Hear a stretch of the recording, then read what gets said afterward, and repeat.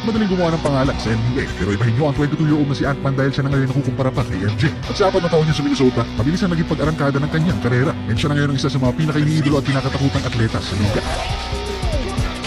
Kaya niyang pasanin kahit na anong prangkisa at siya yung tipo ng malalarong namamahiya ng depensa. At tulad ni Jordan, hindi rin siya nagkulang sa angas at karisma. At si Ant-Man na ngayon ang isa sa mga kinikilalang bufan ng buong liga. Pero bago siya makarating sa estado niya bilang isang elite na basketballista, hindi naging madali ang daan tinahat niya. Pagkabigo, injuries at kahirapan, ilang lang yan sa kanyang mga pinagdaanan. Kaya ito ang storya ni Ant-Man. Ang manlalaro gusto sana maging football player, pero ngayong may chance na maging NBA Hall of Famer.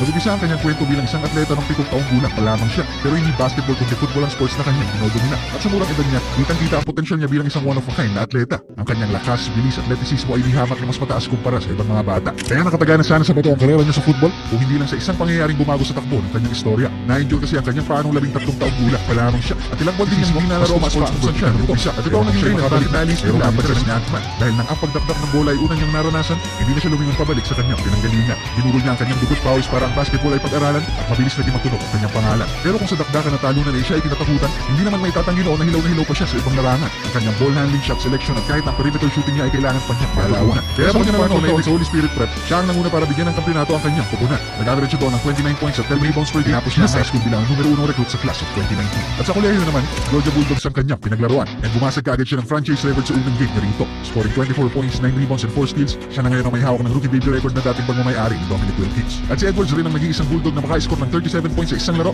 after 1975. Kaya ng 19 points, 5 rebounds and 3 assists per game ang kanyang ikinamada, siya ang kinilalang freshman of the year ng kanilang konferensya. Pero hindi naman perfecto ang larong kanya dito, pinakita. Dahil despite being a menace sa pag-breakdown ng depensa, sa kanyang shooting naman siya pumapalya. 40% lang ng kanyang attempts ang naipasok niya, at 49% lang siya sa 3-point area. Kaya sa despite all kanyang karera, bago pa ang potential niya para sa Minnesota. Kaya with the first pick ng 2020 NBA draft, pangalan ni Anthony Edwards ang tinawag nila. At nang mag-umpisa ang 2021 season, mabilis pinatunayan ni Ant na tama ang desisyon ng kanyang prangkisa. Dahil kahit bilang isang rookie, wala siyang sinantong depensa, kahit na sino pa kamong humarap sa kanya. Kaya simple lang noon ang naging play ng Minnesota. Ibigay ang bola sa kanya at hayaan si Edwards na magluto ng kanyang opensa.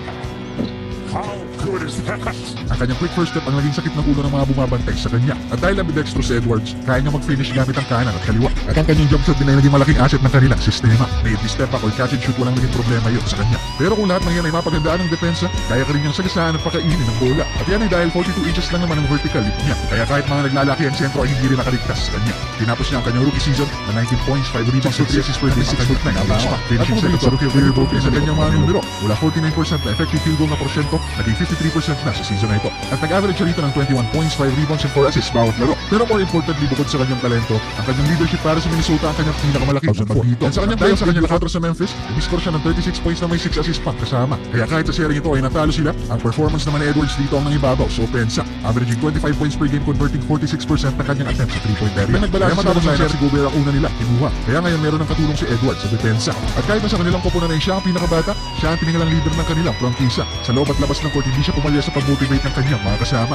At sa pangatlong season ni Ant-Man, pinangunahan niya ang Minnesota sa larangan ng iskora. Averaging 24.6 points per game, nakuha niya ang kanyang unang All-Star selection sa ilalim ng kanyang pangalan. Pero tulad ng ginawa niya sa nakaraang taon, ang tunay na kalibre niya inilalabas lang niya sa postseason. Bihira lang ang manalarong nag-improve ang numero sa playoffs. And even more so para sa mga batang NBA players tulad kaya niyang buhatin ng Minnesota sa oras ng kagipitan. Kaya sa game 2 ng series nila kontra sa Nuggets, umiscore siya ng 41 points na noong bagong franchise record para sa Minnesota. At sa game 4 naman umiscore siya ng 36 ang kanyang ikinamada na may 2 steals at 3 blocks pang kasama. At siya rin doon ang tumikada ng 3 with 11 seconds sa overtime para isemento ang panalo para sa kanilang kupunan. Pero malas lang ng minute, ang prime Denver Nuggets ang kabakbakan nila. Kaya in just 5 games natapos ang serye niya at umuluha at Minnesota. Pero for the second time sa kanyang karera, natalo man sila, si Anthony Edwards pa rin ang nanguna sa opensa para sa pareho ng kisa. At 31 points per game lang naman ang kanyang naitala. At kahit marami noon ang bumabatigo sa kanila nang idagdag nila si Gobert sa kanilang sistema, nagbago ang iit ng hangin ng 2024 season ay mag-umpisa.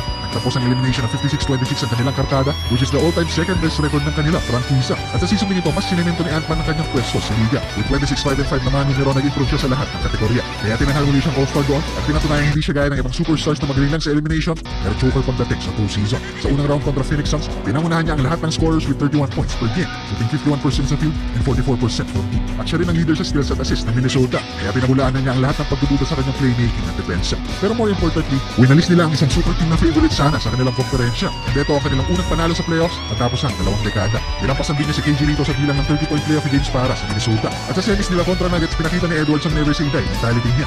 Naiuwi nila ang unang dalawang laro pero natalo naman sa sunod na tatlong games. At marami sa mga immature at bata pang stars sa liga ang hihina na ng loob dito at susuko na. Pero ibahin niyo si Ant-Man dahil ang dalawang sunod na games ang ilan sa mga pinaka-historic na performances na ating nakita. Sa Game 6 pinangunahan niya ang Wolves sa offense at depensa, scoring 27 points at 3 steals pa ang kanyang nakuha. At tinambakan lang naman nila ang defending champions ng 40. And with this win para sa Minnesota, nagkaroon sila ng momentum at kumpiyansa. Kaya sa Game 7 hindi na sila nagkaproblema para tapusin ang semis at maka-advance sa finals ng kanilang komperensya. And although natalo sila ng Dallas sa panguna ni Luka, inuring pa rin People's Champion si Ant-Man ng kanilang prangkisa. Dahil nasa kanya na lahat ng pwede mong hanapin sa isang superstar na atleta, confidence, skills, leadership at hindi mawawala ang kanyang high-flying dunks na marami na nagtitima.